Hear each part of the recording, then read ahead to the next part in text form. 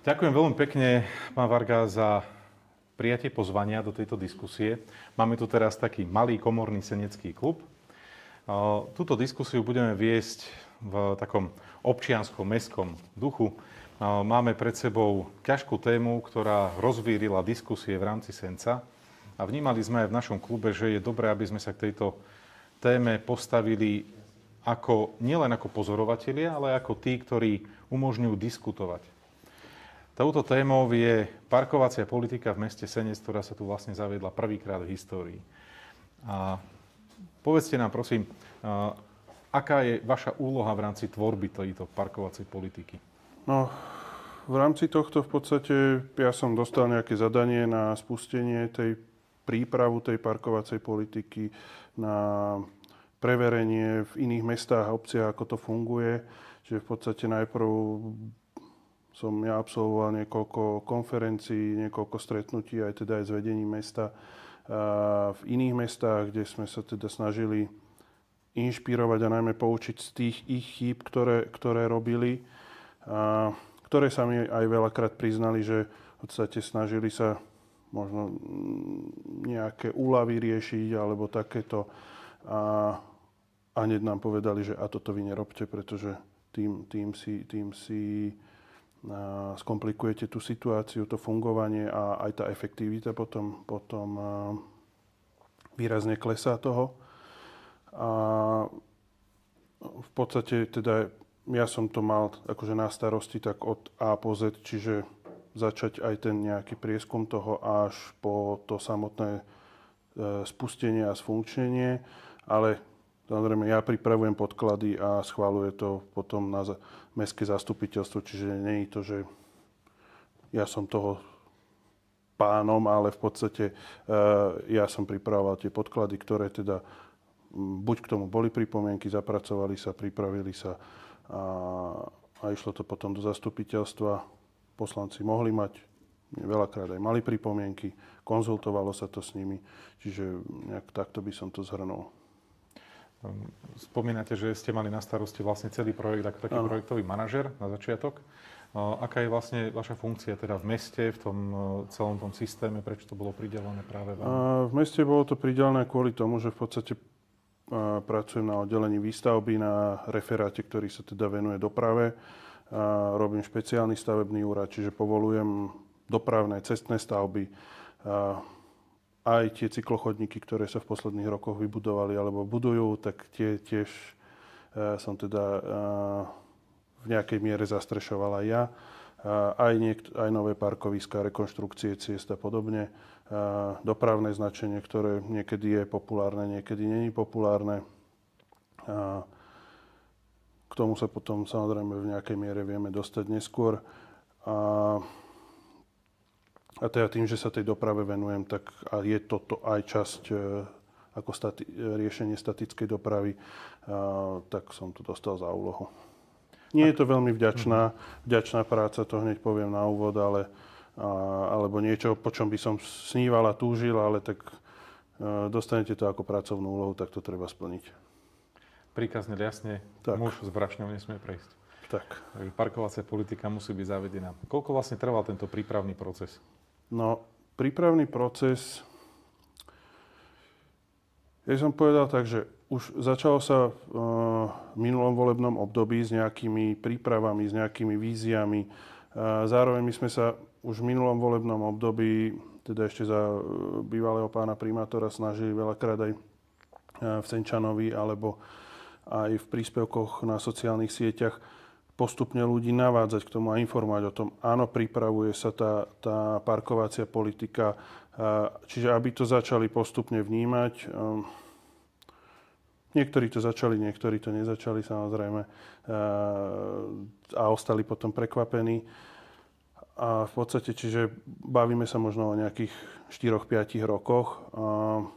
Prvé vlastne taká tá lastovička, čo sme začali riešiť, tak bolo upratanie tých vyhradených parkovacích miest, pretože jednak ich už bolo nejakých 450 v rámci mesta, v rámci tých sídlisk.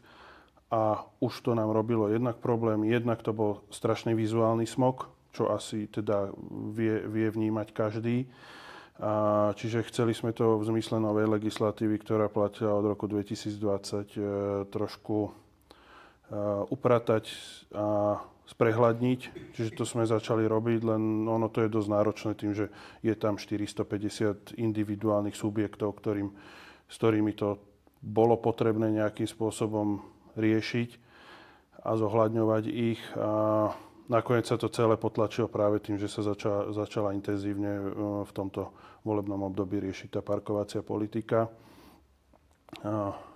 Takú tú prípravnú fázu by som povedal, že trvala asi rok a nejaký rok nám aj trvala príprava tých podkladov, najmä toho VZN-ka, konzultácie s tými potenciálnymi dodávateľmi, čo akým spôsobom sa dá robiť, pretože mať nejakú predstavu, myšlienku toho, ako ten systém by mal fungovať, ale či sa to tak dá vytvoriť v praxi, je zase druhá vec. Čiže naozaj tam trebalo nájsť nejaký ten konsenzus toho riešenia, ktorý je aplikovateľný a je aj udržateľný. A o akých číslach vlastne hovoríme? Teda koľko tu odhadom takýmto spôsobom vzniklo parkovacích miest? Aký je to posun oproti tomu predošlému stavu, ktorý nebol regulovaný? No, my sme postupne začali podľa možností už v posledných 3 rokoch legalizovať parkovacie miesta, ktoré sa dali legalizovať. Samozrejme, ako jedna vec je, že to, čo sa tolerovalo a dlhodobo bolo zaužívané nejaké parkovanie, neznamená, že pokiaľ to chcete dať do legálnej formy, tak vám to technické alebo nejaké zákonné predpisy umožňujú, pretože musíte dodržiavať nejakú šírku chodníka, nejakú výšku obrubníkov, či sa tam dá alebo nedá bez nejakých zásadnejších stavebných úprav, či vám to dovoluje šírka cesty, odstupy od tých parkovacích miest a podobne. Takže to sme v podstate 3 roky sa snažili postupne legalizovať a aj vytvárať nejaké nové parkovacie miesta. Samozrejme, je to už v dnešnej dobe vytvárať ďalšie nové parkovacie miesta je pomerne náročné, pretože asi každý, kto býva alebo sa občas prejde cez nejaké sídlisko, tak vidí, že tie komunikácie sú lemované sprava zľava tými parkovacími miestami a už veľmi priestor na to tam nie je. A zaberať nejaké vnútrobloky, teraz vytvárať tam betónové plochy, tak tiež nie je žiaduce. Treba si uvedomiť, že aj ten verejný priestor má svoju hodnotu a svoju cenu. A je to priestorom nás všetkých a nie nejakým odkladiskom. Čiže aj toto bol jeden z dôvodov zavádzania tej parkovacej politiky. A môžem to tak zhodnotiť, že momentálne máme cca nejakých 2900 parkovacích miest zaregulovaných. Celkovo, čo sa nám podarilo aj vytvoriť nejakých nových. Tento rok, čo sme úplne nové miesta, respektíve niekde, čo sa dodatočne legalizovali a spravili nejaké nové, tak je nejakých 100 parkovacích miest. Parkovacia politika tu zahŕňa predovšetkým centrum mesta. Áno. Bude sa rozširovať aj do ďalších zón? My si to tak interne pripravujeme, nejaké rozširovanie. Samozrejme, nemôžem ja povedať, že bude sa to rozširovať sem alebo tam, pretože toto bude závisieť od vedenia mesta a najmä od poslancov.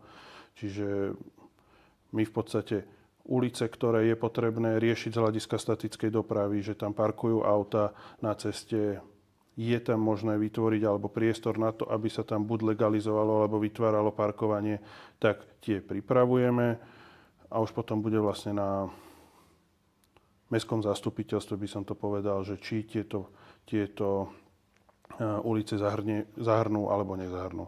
My samozrejme na meste ako referenti alebo zamestnanci sme pripravení pripraviť k tomu všetky podklady na to, aby sa to zaviesť dalo. Akým spôsobom v Senci prebieha kontrola dodržiavania parkovacej politiky? Momentálne kontrola prebieha vlastne kontrolórmi, ktorí majú mobilné telefóny vybavené kontrolnou aplikáciou, ktorá vlastne overuje, či to evidenčné číslo je evidované v systéme. Neviem, že či to chcete aj do nejakej podrobnosti, ako ten systém funguje. Systém funguje tak, že vlastne on sa dotazuje primárne v takom zbernom systéme, kde vlastne od všetkých prevádzkovateľov tých platobných systémov tam prichádzajú tieto údaje. Čiže keď pošlete SMS-ku, zaplatíte v parkomate, zaplatíte cez webové rozhranie, cez ten QR kód, prípadne keď platíte cez mobilné aplikácie. Tieto všetky do toho zberného systému posielajú túto informáciu. Prípadne pokiaľ máte parkovaciu kartu neviem, či má menovať, nemá menovať, vlastne cez koho sa vytvárajú tie registrácie. Asi teda môžem tak v podstate cez Parkdoc.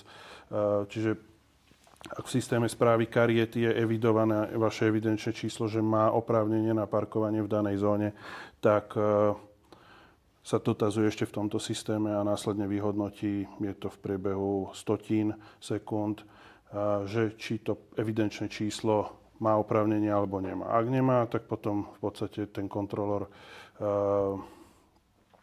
vytvorí hlásenie, nafotí dané vozidlo, odošle hlásenie a odchádza kontrolovať ďalšie autá. Nechával nejaký cetlík na upozornenie tomu vodičovi? Nechávali sme upozornenia ešte v čase, kým sme nepokutovali. Potom sme nechávali asi nejaké 2 týždne upozornenia, keď už sme začali s pokutovaním.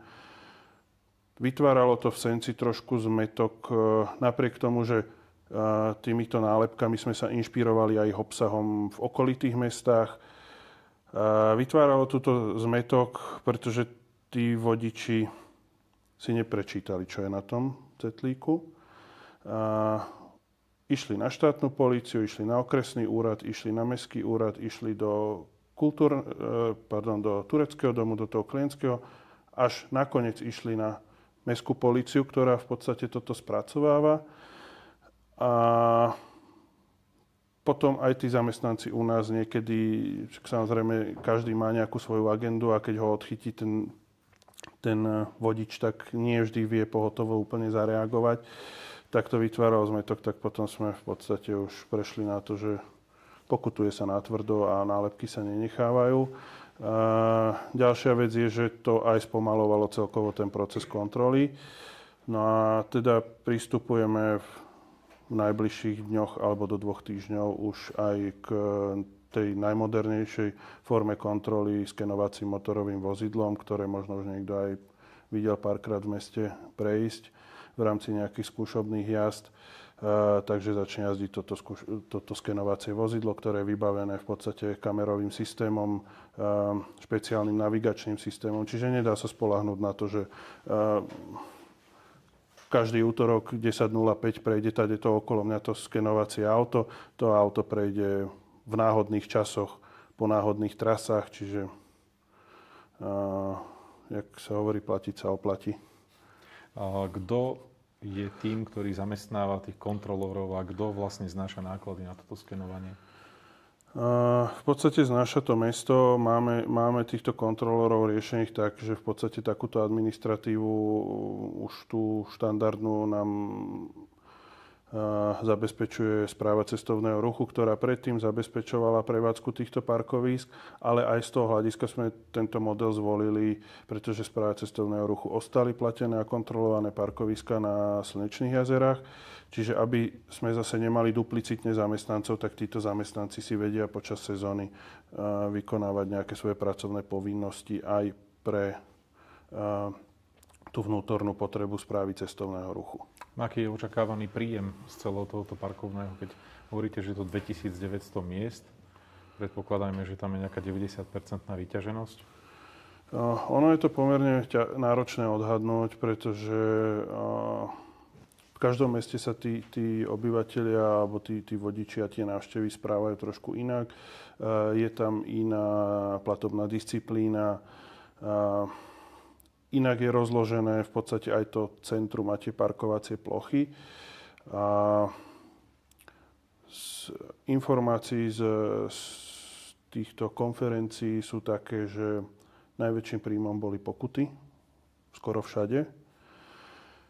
Takže aj tie pokuty sú zahrnuté do príjmu parkovacej politiky? Aj tie pokuty sú zahrnuté do príjmu parkovacej politiky. V podstate očakávame, a taký odhad máme, že v podstate náklady by mali byť okolo 350 000 eur ročne a príjem by sa, až sa to ustáli a bude teda pomerne dobrá aj tá platobná disciplína, tak by mal byť asi dvojnásobný až trojnásobný. Čo plánuje mesto s týmito vyzbieranými peniazmi robiť? Tieto vyzbierané financie, tak ako je aj uvedené vo všeobecne záväznom nariadení, majú byť primárne určené do dopravy, čiže financie sa snažíme používať tak, že sú investované nejakým podielom aj do nemotoristickej dopravy, čiže povedzme, že aj do výstavby nejakej cyklistickej infraštruktúry, opravy chodníkov, budovania chodníkov, rekonštrukcie parkovacích miest, rekonštrukcie komunikácií a pokiaľ teda budú aj nejaké zostávajúce finančné prostriedky, tak by sme ich do budúcna radi napríklad použili aj na zlepšenie tej autobusovej mestskej dopravy, ktorú máme. Zároveň nejaký podiel financií budeme pravdepodobne používať aj na splácanie úveru. Je tu taká predbežná diskusia u nás na úrade, že by sa mohli využiť aj na splácanie podzemnej garáže na novej poliklinike, ktorá sa práve začína stavať, pretože z ministerstva zdravotníctva sme nedostali toľko financií, aby sme vlastne tento súterén, tú podzemnú garáž mohli zaplatiť. Tiež to je prínos nejakých takmer 100 parkovacích miest do mesta. A dostali sme vlastne toľko financií, aby sme postavili tú nadzemnú časť. Čiže tá garáž nebola oprávnený náklad, takže v podstate ten úver, ktorý sa na toto berie, by sa splácal tiež z týchto finančných prostriedkov. Aké sú plány na rozvoj parkovacej politiky? Čo sa bude diať ďalej? Plány na rozvoj v podstate sú také, že my si musíme v podstate začať pripravovať či už projekčne, alebo nejako aj ďalšie ulice, pretože samozrejme parkovacia politika nemôže skončiť s tým, že zaregulujete nejakú časť menšiu, kde vás to najviac pálí. Samozrejme tam treba začať, ale potom to v podstate treba, aby to bolo povedzme v nejakej forme aj férové voči ostatným obyvateľom postupne. Môžem povedať príklad aj Žilina, tá tiež ide zaregulovať kompletne celé mesto. Niektoré mestá už sú tak, že už pomaly sú na tej úrovni celého mesta. Samozrejme, to si vyžaduje aj osobitný pohľad na reguláciu tých zón a vytváranie nových zón s istými pravidlami, pretože poviem tak, že ulicu s rodinnými domami nebudete regulovať takým istým spôsobom ako nejaké sídlisko alebo nejaké parkoviska v centre mesta. Čiže tam je potrebné prihliadať na to nejaké dopravné zaťaženie v nejakom konkrétnom čase. No, teraz príde tá časť, kde sa nám ozvali aj Senčania. Samozrejme. Máme viacero otázok, ktoré vyplynuli z toho, keď sme dávali informáciu o tom verejnosti, že tu bude tá parkovacia politika, tak nás poprosili viacerí ľudia, aby sme sa opýtali, akým spôsobom sa bude ďalej riešiť parkovanie pred školami pre rodičov, pretože toto je taká návalová záležitosť, ktorá ale trápi fakt, že stovky rodín. Momentálne je ten stav aký? Keď prídem, priveziem dieťa a vykladám ho, mám si zaplatiť parkovné, alebo keď idem po to dieťa, mám si zaplatiť parkovné? Momentálne disciplína rodičov je veľmi biedna. Poviem to z toho hľadiska, že teraz nedávno sme horko ťažko dokončili projekt na Mlynskej ulici, kde v podstate ten vodič má maximálne zastaviť s tým, že dieťa samé vystúpi, zavrie za sebou dvere, vozidlo odchádza, čo je, bavíme sa o 3, 4, maximálne 5 sekundách. Takto to funguje aj bežne v zahraničí, že tam nie sú parkovacie miesta pred tými školami, proste auto zastaví, dieťa vystúpi, pripravené s taškou, zabuchne za sebou dvere a odchádza. No to je asi prípad 2. stupňa. Je to prípad 2. stupňa. Máme tam aj parkovacie miesta, že to takéto pomaly odprevádzanie máme ešte aj na 2. stupni, prípadne aj u detí väčších, ktoré už vedia byť natoľko samostatné, že od tej vstupnej brány si vôjdu samé. A pri takomto nejakom krátkodobom zastavení, bavíme sa o nejakých pár sekundách, to nie je v zásade potrebné nejakým spôsobom riešiť. Na to máme zriadené aj tie kiss and ride zóny alebo úseky ciest. Pri takých tých dlhodobejších nesiem dieťa do škôlky, nesiem dieťa na krúžok alebo prvý, druhý ročník povedzme, tak sme spustili, myslím si, že zo strany mesta je to taký dobrý prístup. Zaviedli sme 15-minútové možnosť parkovania bezplatne. Bohužiaľ je to možné aplikovať len cez mobilnú aplikáciu. Súhlasila s týmto zavedením len jedna mobilná aplikácia. A druhej to neumožňuje je architektúra, v podstate to nastavenie, pretože tým, že oni používajú nejaký unifikovaný model tej architektúry, tej aplikácie celosvetovo, tak pre nich by to bola príliš náročná personalizácia tohto systému. Ale tá teda domáca, ten Parkdoc to umožňuje. Pri tých SMS-kách sme toto nejakým spôsobom konzultovali, len ono si to treba uvedomiť, že tá SMS-ka pri platení nie je jedna SMS-ka, ale sú to minimálne 3 SMS-ky, pretože vždycky vám príde, vy odošlete, príde vám spätná notifikácia, príde vám notifikácia o upozornení o ukončení. Zároveň ten systém by musel byť schopný nastavený tak, že nie len odosiela, ale aj overuje, že či už nebola takáto možnosť aplikovaná. A čo sa týka Senčanov, tak Senčania majú možnosť zakúpenia bonusovej karty, čiže majú tam 2 hodiny na to, aby vo všetkých B-zónach, čiže bavíme sa naozaj okolo všetkých škôl, vedeli na ten čas, ktorý potrebujú zaparkovať riadne. A ono bohužiaľ, alebo chvála Bohu, dojak si to vyloží. V zásade my sme tiež nejakým spôsobom obmedzení výkladom toho dopravného značenia, čiže to značenie parkovacia zóna má nejaký svoj popis, akým spôsobom sa to vozidlo alebo vodič má v tej zóne správať, čiže kde môže zastaviť alebo parkovať. Čiže tam sa nedá spraviť nejaká miestna úprava, že proste tuto zatvárame oči a nedodržiavame to, ale bohužiaľ akože treba tie pravidlá dodržiavať. Dobre, tak akú možnosť má teda rodič, ktorý potrebuje autom doviesť svojho prváčika, druháčika do školy? No, pokiaľ má toho prváčika, druháčika, tak si nájde parkovacie miesto. Myslím si, že teraz ak sa bavíme o B2 alebo B3, tak v okolí je zavedením parkovacej zóny alebo teda parkovacej politiky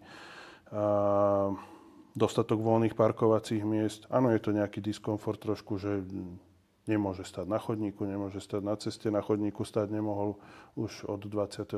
roku, odkedy teda bol novelizovaný zákon o cestnej premávke a na chodníkoch sa teda parkovať nemohlo ani. Takže toto by si tiež trošku mali vodiči osvojiť, že máme tu nejaké pravidlá, ktoré nevyplývajú len z tohoto, ale zároveň, ak porušujem, tak porušujem ten zákon o cestnej premávke 2 alebo 3 krát zároveň. Takže ja odporúčam nájsť si parkovacie miesto, zaparkovať, môže tam v kľude parkovať, koľko potrebuje. Dobre. Možno v nejakej pilotnej časti a samozrejme toto je nejaká hypotéza, nie je to ani o mojom rozhodnutí. Vieme to možno nejakým takým spôsobom spraviť, že v tých najvyťaženejšej polhodinke ráno proste tam sa to až takým spôsobom, aj iné mestá to občas tak robia, že pri tom spúšťaní, že to tak striktne nekontrolujú, ale samozrejme tí ľudia sa budú musieť naučiť dodržiavať tie pravidlá tak, ako majú byť. Spomínali ste, že parkovacia politika nie je sociálny experiment alebo sociálna politika? Áno. Toto bolo také pre mňa veľakrát na nejaké predýchanie, lebo som ja nevedel, ako zareagovať na tých ľudí, keď vám príde niekto a vám povie s tým, že a pre mňa máte nejakú výnimku. Takí ľudia prišlo, ich 10 za sebou. Každý chcel nejakú inú výnimku. Akože proste to sa nedá nastaviť na výnimky. To je ako keď Národná rada schváli zákon, ten zákon má byť riešený univerzálne. On nemá riešiť konkrétne nejakého jednotlivca alebo ako mu len na ňo niečo šité, aby to proste buď jeho nepokrývalo alebo pokrývalo. Musí to mať nejaké najvšeobecnejšie pravidlá, tak, aby to zasahovalo ale čo najväčšiu väčšinu. Čiže, jak mi bolo povedané, výnimky sú cestou do pekla, pretože pokiaľ začnete dávať jednému výnimku, tak potom si začne pýtať ďalší a proste toto nie je riešenie. Tak toľko k tomu.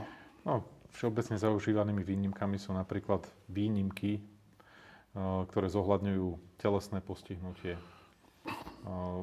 Ako sa mesto stavia k tomu, tej skupine vodičov, ktorí zároveň potrebujú parkovať?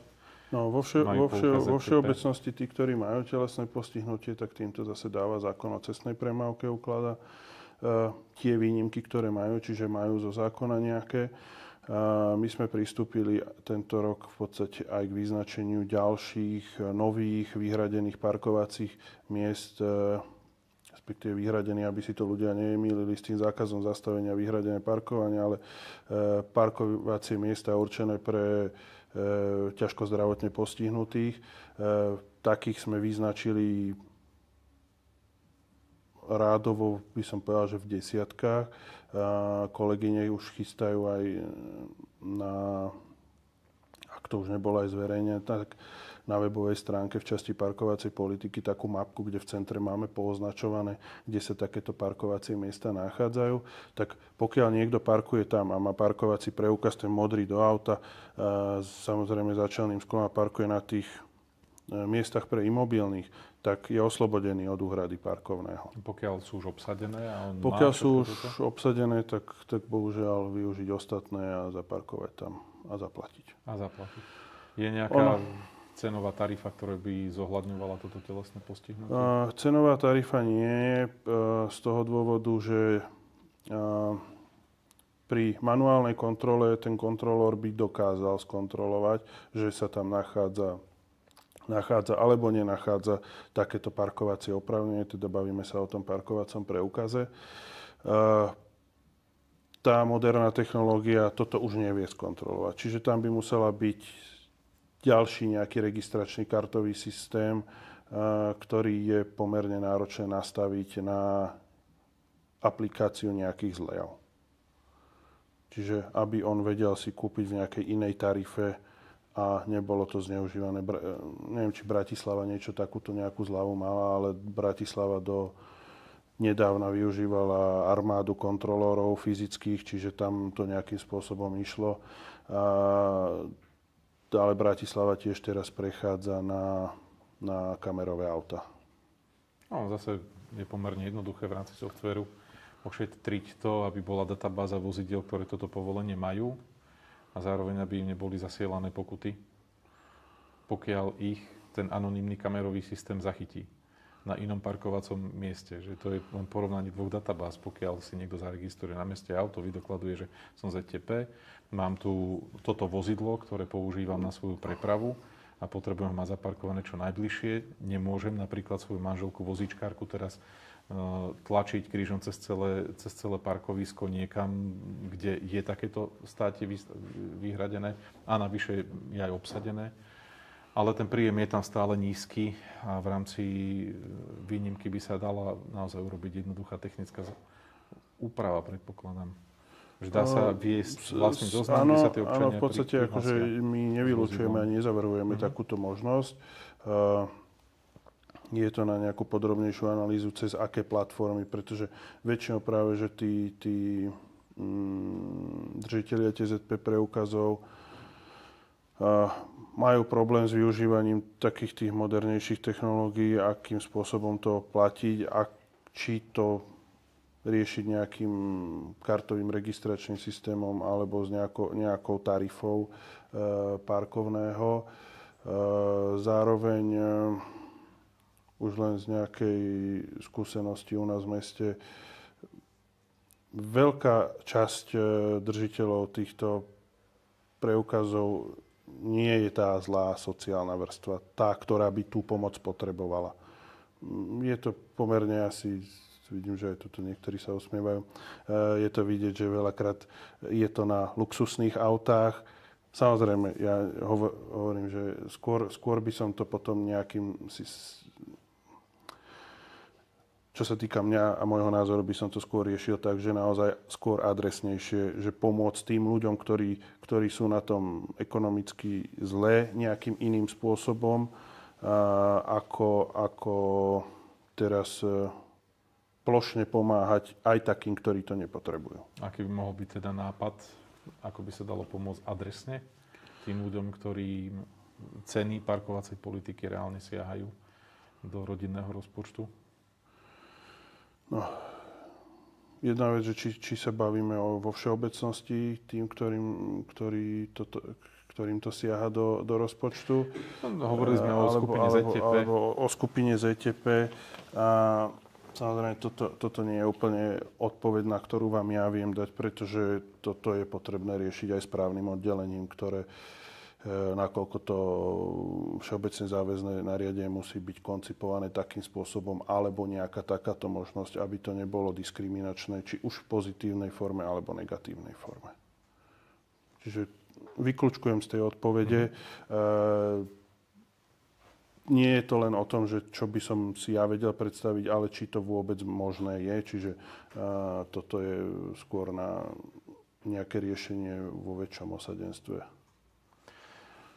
Ako mesto bude narábať s vozidlami, ktoré zavedením parkovacej politiky síce ustúpili z centra mesta, ale teraz blokujú tie ostatné zóny? No, to je dobrá otázka. Plánuje sa napríklad nejaké záchytné parkovisko pre služobné motorové vozidlá, kde by si mohli tie firmy odparkovávať svoje vozidlá bez toho, aby blokovali zase občanom? Toto by som úplne nehovoril, alebo nad takýmto neuvažoval, pretože občan, ak má osobné motorové vozidlo ako služobné motorové vozidlo, má možnosť si ho prihlásiť. Má možnosť si ho prihlásiť aj ako rezident alebo ako abonent. Čo sa týka dodávok alebo tých neštandardných nadrozmerných vozidiel,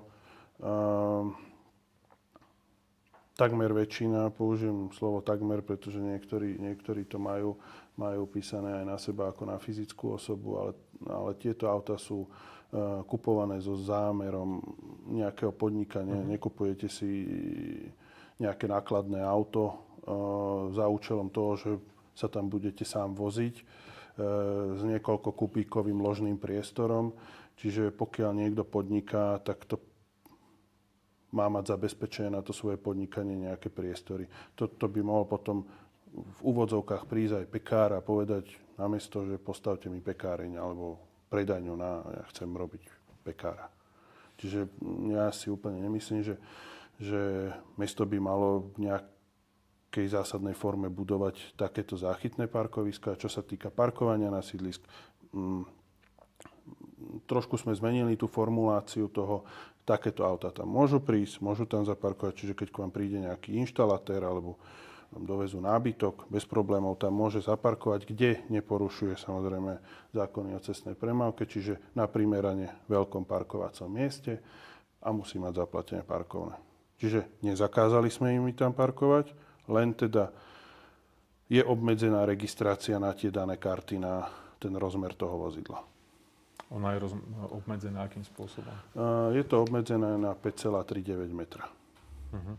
Čiže vychádzame z toho, že štandardné parkovacie miesto má 5 metrov. Je to taká norma. Môže byť samozrejme o niečo menšie, o niečo väčšie. Je tam akceptovaný nejaký previs do zelene.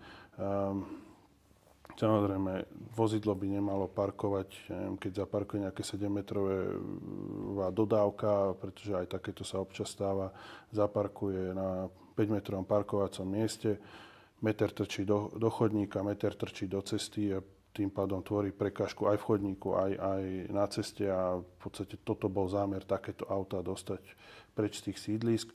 Zároveň tie autá bývajú mnohokrát aj širšie, čiže už len samými kolesami, keď parkuje na tých čiarách, tak v podstate obmedzuje užívanie aj tých susedných parkovacích miest, pretože to, že ten box má nejaký 2,5 metra, tak neznamená, že tých 2,5 metra je v úvodzovkách vašich, ale ono tam 60 cm, 30 cm z jednej strany, z druhej strany slúži na to otváranie vzájomných dverí, čiže aby sa aj ten vedľajší dostal do svojho auta.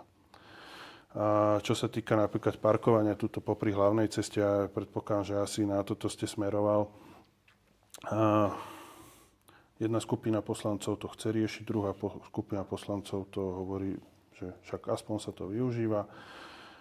My sme mali snahu zároveň, akože ešte máme, nevzdávame to, ale bohužiaľ tým, že sa tam mesto pretína cesta prvej triedy, tak so Slovenskou správou CIS, ja dúfam, že to aj niekto zo Slovenskej správy CIS bude sledovať, je komunikácia veľmi náročná.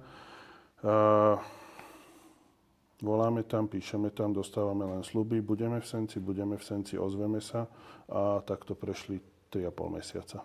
No a aký návrh vlastne im v podstate tým, že táto organizácia je taký štát v štáte, tak so svojimi pravidlami, tak skôr to je na nejakú diskusiu toho, že čo sú vôbec ochotní akceptovať.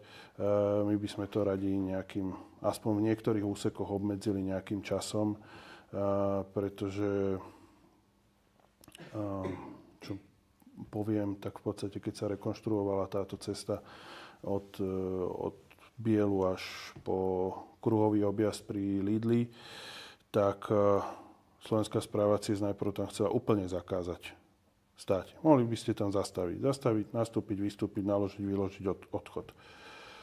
Samozrejme, my sme si nevedeli predstaviť a zároveň ani si nevieme momentálne tiež predstaviť, že kam by sme tých asi 70 aut, ktoré parkujú tuto v úseku od Krátkej ulice po Lidlu, kam by sme ich dali. Pretože nemáme také parkovacie kapacity v centre, ktoré by toto dokázali nahradiť. Tak to bol pomerne náročný boj. Aj nejaké také, jak by som to povedal, aj vzájomne padala aj taká diskusia so zvýšeným tónom. Nakoniec sa to podarilo zachovať, ale zase na druhej strane ten úsek smerom k Tesku je trošku neprimerane zneužívaný vodičmi, ktorí tam tie auta dávajú. Minimálne v tom úseku pri cintoríne by si tí obyvateľia alebo vlastníci aut mohli uvedomiť, že to slúži aj pre tých návštevníkov cintorína, tak to je to pomerne. Zase je to prirodzená, ale akože ja chápem, že chcú ušetriť, tak to dajú tam. Samozrejme, tá regulácia nejaká tam bude musieť prísť. Uvidíme, čo bude samozrejme ochotná Slovenská správa CIS. My by sme to radi mali v nejakom čase regulované, či už tým zákazom státia v nejakom čase, ale zase to bude. Nie je to naša cesta, čiže neurčujeme si my, v akom režime to bude, ale určuje to ten správca. Zároveň tam do hry vstupuje Krajský dopravný inšpektorát, Okresný úrad, odbor cestnej dopravy v Bratislave, čiže od nás to môžu byť len nejaké žiadosti, ale to konečné rozhodnutie, nejaký verdikt bude teda na tom vlastníkovi cesty. Spomínali ste, že existujú aj výnimky z tejto parkovacej politiky. Vedeli by ste spomenúť, že kto napríklad má takú výnimku, že nemusí platiť parkovné v rámci tých zón? Tak samozrejme prepieraná výnimka aj to hlavne nie je úplne v pozitívnom svetle, boli poslanci, ktorí výnimku majú. Niektorí si ju uplatnili, musím povedať, že niektorí si ju neuplatnili, ale tu si treba uvedomiť, že každý z tých poslancov bol volený niekoľkými stovkami hlasov, zastupuje tých občanov. My sme išli s tým, že na meste, keď sme to takto pripravovali, že ten poslanec sa má správať zodpovedne, nemá to zneužívať a primárne to slúži na ten výkon toho mandátu. Čiže pokiaľ ide na komisiu, na mestský úrad, pokiaľ ide pracovne na mestský úrad alebo sa stretáva s občanmi a využíva to, tak na toto je primárne mienené. Pokiaľ to niekto využíva na to, že proste parkuje a neplatí, v zásade má na to právo, ale je to na jeho svedomí. Sú aj nejaké ďalšie výnimky? V zásade výnimky potom ešte majú niektoré štátne inštitúcie, hasiči, polícia a podobne ako služobné vozidlá, vozidlá mestského úradu služobné, čo si myslím, že je prirodzené, však asi nebudú naše referentské vozidlá platiť parkovné. Jednak to nemá zmysel, a čiže takéto výnimky. No, dostali sme informáciu, že výnimku z parkovania majú aj učitelia na niektorých školách? Veľmi krátkodobo majú, pretože riešil sa nejaký typ karty, zároveň tie školy sa tiež musia pripraviť vo vlastnej réžii na to parkovanie. Treba si uvedomiť, že niektoré tie školy majú v desiatkách alebo stovkách tých zamestnancov. A samozrejme to prešlo veľmi veľkým sitom, čiže to nebolo, že proste, poviem príklad, základná škola Tajovského má 160 zamestnancov a teraz sa vyšlo v ústrety 160 učiteľom, tak to v žiadnom prípade. Naozaj je veľký problém nájsť tých pedagógov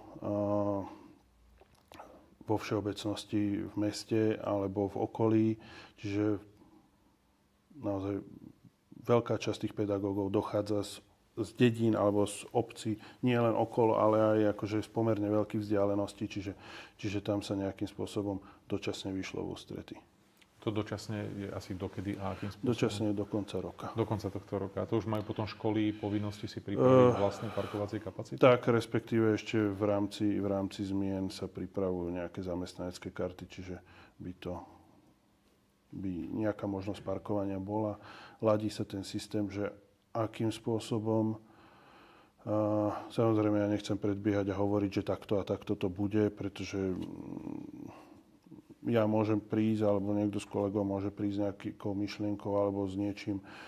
Samozrejme, na konci dňa to môže byť úplne inak. Hovorilo sa aj alebo tak všeobecne sa pri parkovacej politike hovorí o výstavbe parkovacích domov, či už podzemných, nadzemných, o využívaní prázdnych zón, ktoré sú v priemyselných parkoch nevyužité. Teda v priemyselných oblastiach. Plánuje niečo podobné aj mesto, navýšiť tie parkovacie kapacity, zvlášť počas sezóny, turizmu? Plánujeme. V podstate známe Štrkové parkovisko pri autobusovej stanici. V podstate tuto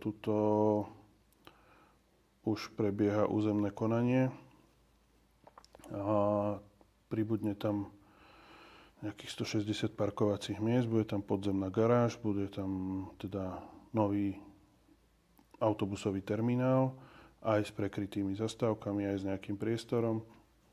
Tuto vznikne nová podzemná garáž, tým, že to bude z eurofondov, tak to bude teda minimálne nejakú dobu. 5 rokov. 5 rokov, teda to je po tú dobu udržateľnosti, hovorím minimálne, nevylučujeme, že to bude aj dlhšie, alebo teda v nejakej inej forme. To bude bezplatne. Zároveň v zmysle územného plánu máme vytipované existujúce veľké parkoviská, ktoré sú teda nejaké betónové parkoviská, kde už sme si my nejaké analýzy robili, kde by sa či už podzemné, polozapustené alebo nadzemné parkovacie domy dali vybudovať. Avšak, ako by som to povedal, chcelo to nejaký čas na to, aby sme my spustili tú parkovaciu politiku a videli, že či naozaj tam je potrebné niečo takéto budovať, pretože tá cena toho parkovacieho miesta je naozaj vysoká. o to viac, keď idete do zeme, keď idete zase nad terén, alebo teda v podstate, keď robíte tie podlažia, tak strašne veľkú plochu z toho parkoviska vám berú tie nájazdové rampy, či už sú priame, alebo kolme, alebo nejaké slimáky, takže tam to bere veľkú časť z tej plochy, takže naozaj tam treba potom do toho aj tú ekonomiku vložiť, že či to má zmysel na nejakú plochu aplikovať, alebo nie. Ale zase v územnom pláne máme v podstate vyznačené takéto parkoviská, ktoré by potenciálne na to vhodné boli. Vystavať by sa to tam dalo a podľa potrieb toho územia to budeme samozrejme riešiť postupne. Akým spôsobom sa môžu ešte prípadne diváci, občania prihlásiť s nápadom alebo vysvetliť si nejaké nezrovnalosti pri parkovaní? Ešte jednu otázku sme mali. Či mesto využíva na parkovaciu politiku aj súkromné pozemky vlastníkov nehnuteľností, ktoré sa takýmto spôsobom zaregulovali? V zásade súkromné pozemky, nevyužívame súkromné parkoviská, otočil by som to takto. Pod niektorými parkoviskami sa nachádzajú súkromné pozemky, avšak stavba samotného parkoviska je naša. Čiže zase tuto využívame inštitút zákonného vrecného bremena, respektíve to, že my využívame stavbu, ktorá je na tom pozemku, nie je samotný pozemok. Čiže v takejto miere áno, súkromné parkoviska, ale nemáme také, ktoré by boli zaradené do parkovacej zóny a boli by využívané na príjem mesta. Myslím, že tu sa skôr myslelo na reguláciu parkovania pred rodinnými domami, kde niektorí vlastníci presahom svojho súkromného pozemku zároveň presahujú aj do tej cestnej časti. A vlastne tam dochádza k takému paradoxu, že keď si chcú zaparkovať pred vlastným domom na svojom pozemku, či budú tiež nútení si ešte navyše aj platiť? Budú nútení, pretože pokiaľ by bola ich v úvodzovkách, poviem, tá zeleň pred tým domom alebo pred tým jeho oplotením na ulici a chcú si tam vybudovať parkovaciu plochu, tak samozrejme po získaní potrebných povolení si môžu vybudovať. Môžu si tam potom parkovať bezplatne. Pokiaľ však je to parkovanie vytvárané na optimalizácii toho uličného priestoru, čiže bavíme sa o tom, že je tam obojstranný chodník vzhľadom na množstvo tých chodcov, tam nie sú potrebné obojstranné chodníky, vieme teda zrušiť jeden chodník, využiť ho na parkovanie, alebo tá šírka vozovky nám nejakou úpravou dopravy umožňuje vytvorenie parkovacích miest, tak tie parkovacie miesta vytvárame, udržiavame my z našich finančných prostriedkov. Cesta patrí mestu, mesto sa o ňu stará, mesto ju udržiava, odhrňa, čiže v tomto prípade si za to budú musieť zaplatiť. Ono, čo by som aj povedal, cesta nie je parkoviskom. Cesta je na to, aby sa po nej jazdilo. A pokiaľ to je taký mylný dojem, alebo ja neviem teda, kde nechcem to tak nejak nevhodnejšie povedať, ale také správnejšie slová na to hľadám. Niektorí ľudia nadobudli ten dojem, že tá ulica alebo ten priestor pred ich domom, že to ich akože oprávňuje tam nechať auto. Auto je ich majetok. A ich majetok sa majú starať a cesta slúži pre všetkých. Čiže tak, ako slúži pre ňoho na prístup, tak môže slúžiť pre kohokoľvek, pre vás, pre niekoho z iného mesta, ktorý tade prechádza, ako verejná komunikácia. A pokiaľ tam nie sú splnené podmienky na to, aby sa tam parkovalo, tak sa tam parkovať nemá. Bohužiaľ sa to tu dlhodobo tolerovalo, preto sa niektoré ulice zahltili, zaplnili tými autami a teraz, keď prichádza nejaká zmena, tak je to bolestivé, pretože tí ľudia si zvykli na to, že však na dvore som mal spevnenú plochu, tak si tam postavím bazén alebo altánok a svoje 4 autá dám na ulicu a teraz, keď mu to nejakým spôsobom obmedzíte, tak je to bolestivé. No ale bohužiaľ, akože aj dnešná stavebná legislatíva hovorí o tom, že tá nehnuteľnosť, každá nehnuteľnosť má minimálny nejaký počet parkovacích miest. Pokiaľ tie miesta nemá, tak alebo chce mať viac aut, tak by sa mal prispôsobiť tým možnostiam, ktoré má. Ďakujem veľmi pekne. Máme teraz možnosť prítomný položiť otázky. Ja možno ani tak nemám otázku, ale ja som skôr sa vyjadrila k takému tomu bežnému užívaniu parkovacích miest v Senci, pretože teda ja som mama, ktorá každý deň chodí škola, škôlka a úrad, pretože pracujem na úrade. A to sú jedny z najvyťaženejších parkovacích zón, kde proste potrebujem sa každý deň dostať a potrebujem sa tam dostať dvakrát, lebo teda, keď teda by som nechcela nechať deti v škole na noc. A odkedy sa zaviedla parkovacia politika, tak moja skúsenosť je len pozitívna, pretože vždy je ten priestor na to, kde a ako zaparkovať. Samozrejme, keď človek nejde o 3 minúty 8 do školy, ale tak to už potom musí znášať tie následky. A zároveň tým, že teda mám syna na základnej škole Mlínska, tak veľmi pozitívne vnímam celú tú zmenu aj tú organizáciu celej tej ulice, ako sa to zmenilo a zlepšilo.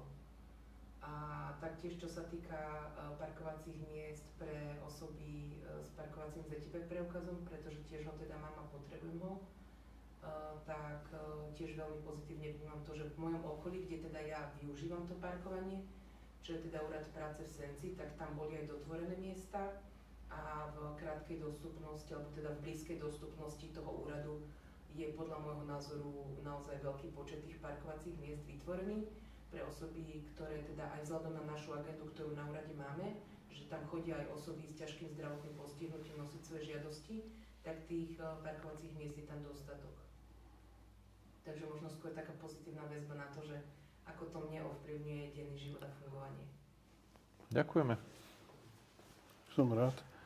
V podstate, ja som mal tiež takú skúsenosť, že teda pri spúšťaní tej parkovacej politiky mi občianka mesta telefonicky pomerne vulgárne vynadala za celo, ako ju to obmedzuje a aké to je zlé. A po pár týždňoch, nejakom mesiaci toho fungovania mi volala, že ona to berie späť, že vlastne všade, kam ide, tak má možnosť a priestor zaparkovať. Nemusí niekoľko desiatok minút, alebo teda minút hľadať parkovacie miesta, ale prejde pár metrov a vždycky voľné miesto nájde. Čiže ide do obchodu alebo niekde. Čiže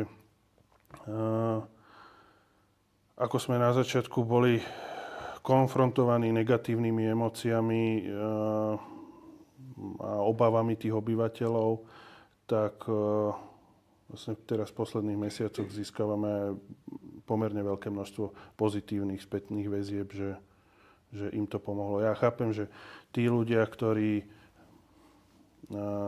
mali viac tých aut alebo nespadli do toho sita, že si môžu kúpiť tú parkovaciu kartu alebo sú viacerí v tej nehnuteľnosti, tak je to obmedzujúce. Ale bohužiaľ tá parkovacia politika sa musí naučiť tak, že ten verejný priestor má svoju hodnotu, to auto má svoju cenu. Nie je samozrejmosťou mať to parkovacie miesto, pokiaľ si ho človek nezakúpil. Tiež aspoň mne osobne nepríde úplne férové, že v dnešnej dobe, keď si kúpite nejakú nehnuteľnosť, nejaký byt v nejakej novostavbe, tak investujete niekoľko tisíc, alebo teda v blízkej Bratislave až desiatok tisíc za nejaké parkovacie miesto.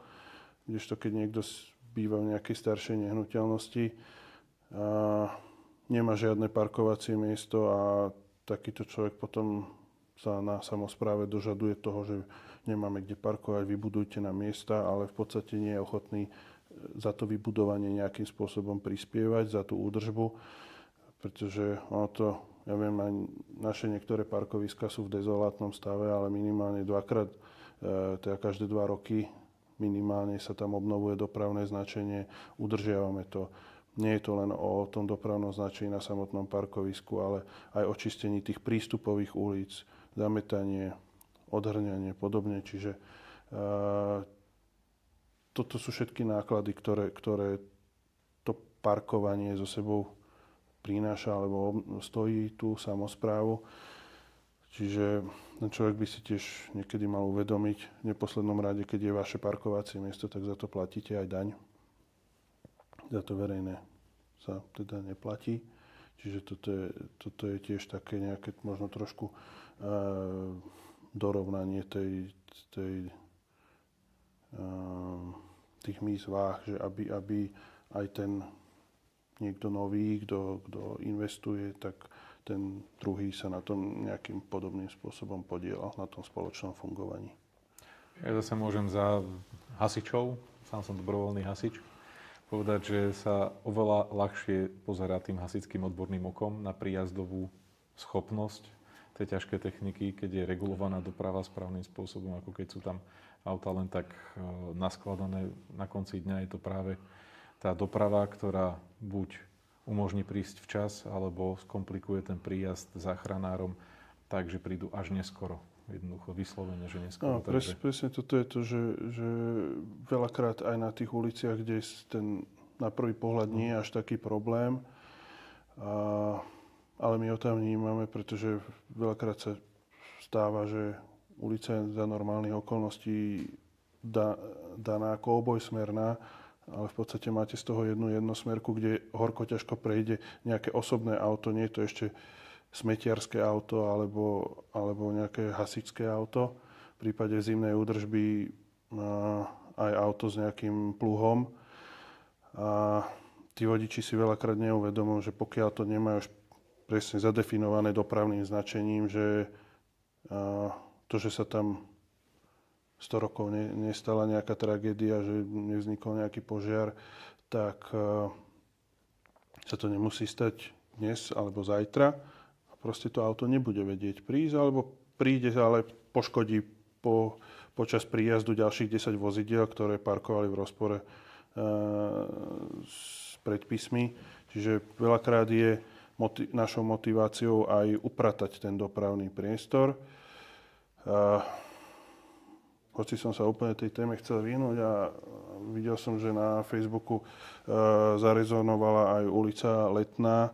A v podstate aj táto ulica patrí medzi jedných z najširších.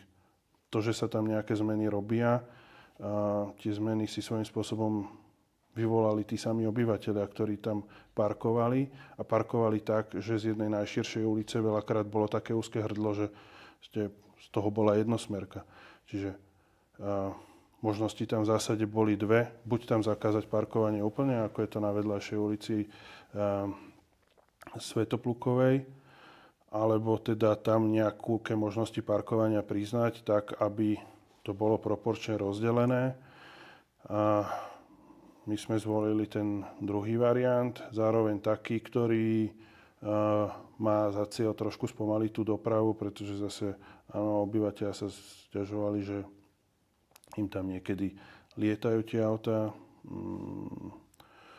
A ja som osobne videl vodičov, ktorí teda akože od 50-ky to bolo veľmi ďaleko.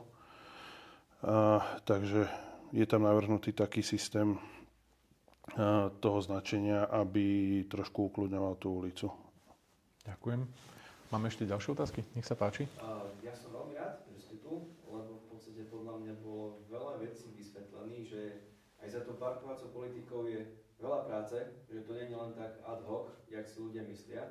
Je tam veľa premenných, ktoré v podstate dávate dokopy a tí ľudia si hája len každý svoje záujmy. Ja by som možno len tak dal vám taký podnet alebo návrh, že v podstate či to týmto spôsobom aj iné veci v rámci toho mesta nekomunikovať aj dopredu, lebo tí ľudia veľakrát majú skreslené informácie alebo sú podané ako keby neskôr, keď už sú hotové, ja chápem, ale v podstate fakt dať tým ľuďom tú možnosť a tú komunikáciu na takéto podobné stretnutia ešte predtým, než sa niečo spustí. A tam sa reálne uvidí, že či je ten záujem a potom im to predostrieť, že pozrite, tu sa to diskutovalo a riešilo s verejnosťou, ale účasť bola taká a taká a mali ste tú možnosť a premárnili ste ju. Lebo potom, ako vy hovoríte, tí ľudia už keď sa niečo spraví, tak začnú vyvolávať.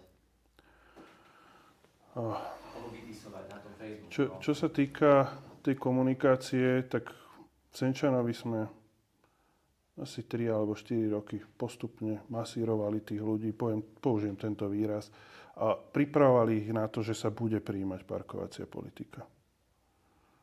Našli sa takí, ktorí po mesiaci od spustenia registrácie boli prekvapení, že teda čo to je, že oni o tom počujú prvýkrát. Prešli sme si množstvo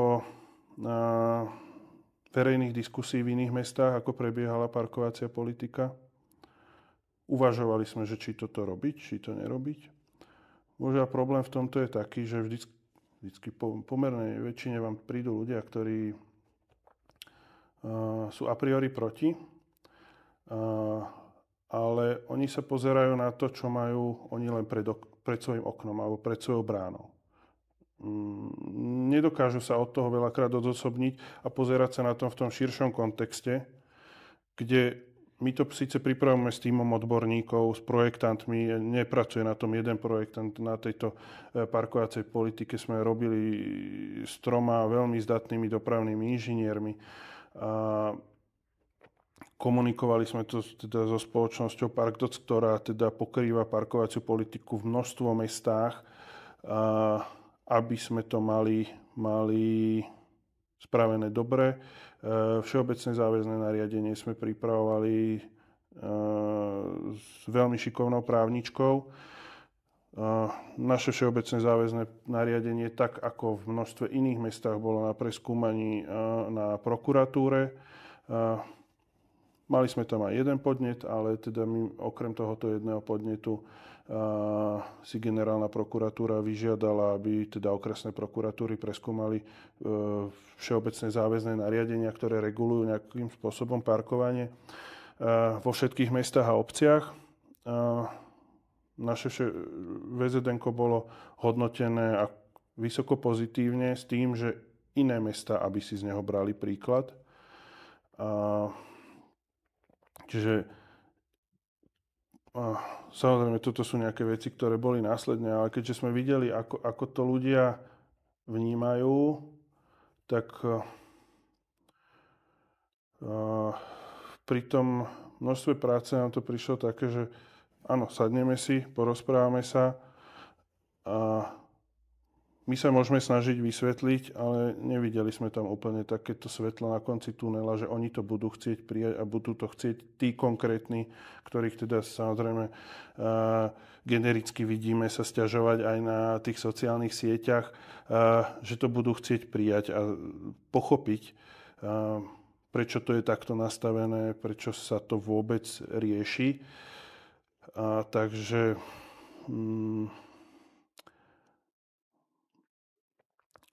som si povedal, že pripravené to máme podľa nás dobre, tak ideme do toho a samozrejme preto bolo aj deklarované, že v podstate ten prvý rok bude taký ten pilotný, uvidíme, ak tam budú chyby, však samozrejme nikto nie je neomylný, tak budeme hľadať nejaké úpravy. Ale po tých skúsenostiach niekoľkých mesiacov, aj po tej prokuratúre, tak zároveň konzultujeme to aj s inými mestami, tak vidíme, že to máme nastavené efektívne a dobre, čo sa týka toho fungovania. Samozrejme sú nejaké také lokálne problémy, môžem povedať, že treba ulica Jesenského, áno, vyčistilo sa to tam, ale je pomerne plné to parkovisko. Akože zaparkovať tam o nejakej 11. večer je už celkom náročné, ale auta možno na pár jednotlivcov, ktorí z lenivosti zaparkujú niekde pri smetiakoch na ceste, tak sú upratané. Nemáme tam to, čo sme mali predtým, že proste tam boli rady aut na ceste, v križovatke, na prechodoch, hocikde. Proste tie ulice sú prejazdné, ulice sú prehľadné, bezpečné, pretože ten vodič si veľakrát neuvedomuje to, že keď na nejakom mieste odstaví, toto je taký chronický problém tuto na výjazde z Krátkej ulice nedaleko, tam na tom dopravnom tieni na hlavnej ceste, však na chvíľku, však idem do bankomatu, lenže tá chvíľka, tá minúta, dve môžu spôsobiť dopravnú nehodu, alebo niekto tam kvôli tomu však na minútu, na chvíľku, niekto tam môže prísť aj o život, čo si tí vodičia niekedy neuvedomujú. Nech sa páči. Ja bývam na Krátkej ulici vyblokovaná denne práve kvôli týmto vodičom, ktorí tam teda na tej vozovke sú žlté čiary a aj takto nerešpektujú.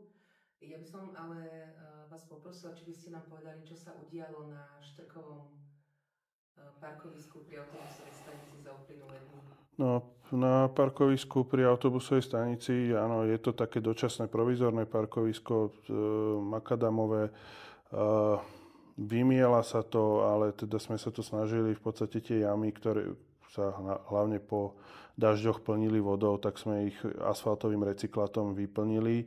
Je to dočasne provizorne, nakoľko teda na tomto parkovisku veríme, že budúci rok alebo teda začiatkom toho ďalšieho roka začneme stavať novú autobusovú stanicu aj s podzemným parkovaním. Čiže je to riešené provizorne, ale teda vyšlo sa tým vodičom ústrety, alebo sme to chceli trošku zlepšiť, aby to bolo komfortnejšie. Ďakujem veľmi pekne za obsiahle vysvetlenie a za prijatie našich otázok, za ich vysvetlenie a prajeme, aby sa parkovacia politika v Senci aj naďalej rozvíjala ako úspešný príbeh, aby tu vďaka rozumnej regulácii boli cesty prejazdné a ľudia, ktorí potrebujú parkovať, vždy našli to svoje miesto. Takže ďakujem vám. Ďakujem.